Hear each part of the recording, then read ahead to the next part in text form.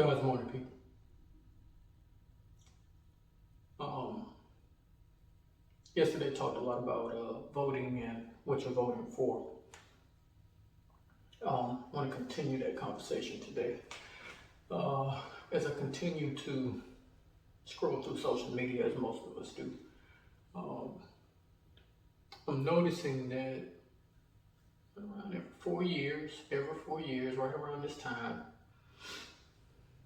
there are a lot of posts um, about particular beliefs, so to speak.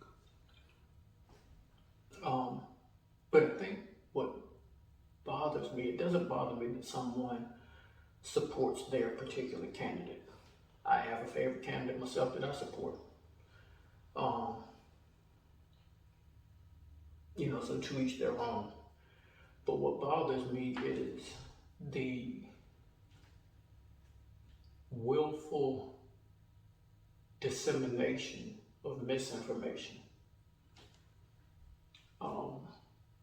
People see something, and instead of checking to see the fact behind what they're looking at, or the truth within what they're looking at, or lack thereof, they just click post or share or whatever the case may be, and continue to spread it out to other people who then have no desire to check to see if it's true or not, and they take it and send it out to more people.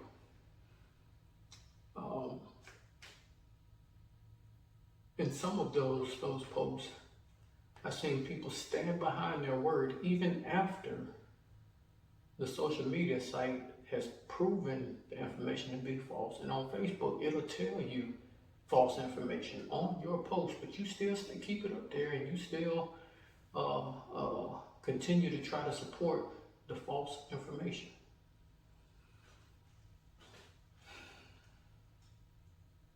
So I asked myself, why is that?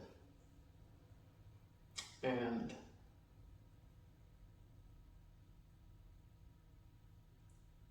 I'm reminded of how I interpret my interpretation of the Russian interference into the 2016 election, where the Russians were spreading misinformation across social media about a particular candidate, and everyone on another side of the aisle was soaking it all up, buying it in. I wouldn't say that. Not everyone on the other side. It was people who, I guess, were less informed. Were soaking it up, killing. And made a decision on the way they wanted to vote based off of lies that they read on social media, and did not take the time to educate themselves on what was true or not. So it looks like that's the same thing that's happening here. And it could very well be Russia again, planting that seed, and gullible people are taking it, soaking it up, and sending it out to more gullible people. That's just an assumption of mine, I don't know. But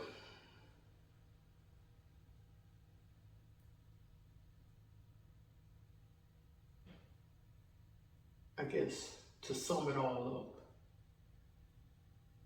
yesterday I asked everyone to go vote.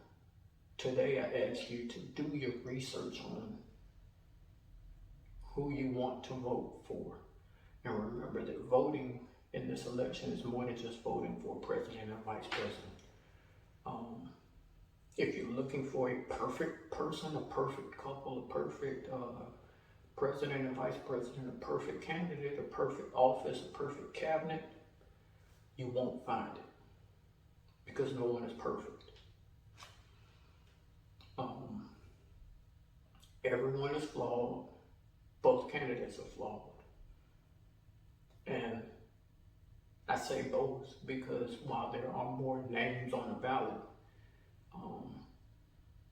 truth of the matter is they're not really options.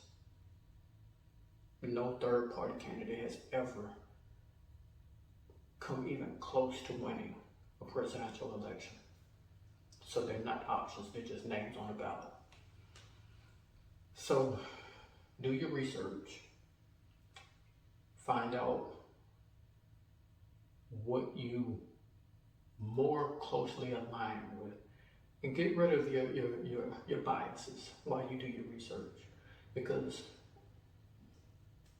if the people who have not voted yet, they have not determined who they want to vote for,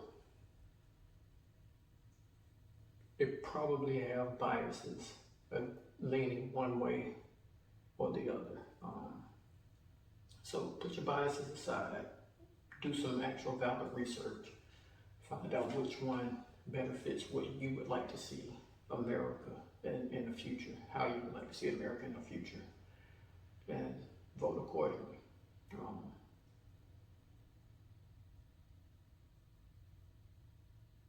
Exercise your opportunity, exercise your right, but do it smartly. Don't be dumb. Simply put, don't be dumb. Let's go, people. Keep grinding, keep making progress, and let your voice be heard. Y'all have a blessed day. Make progress, not excuses.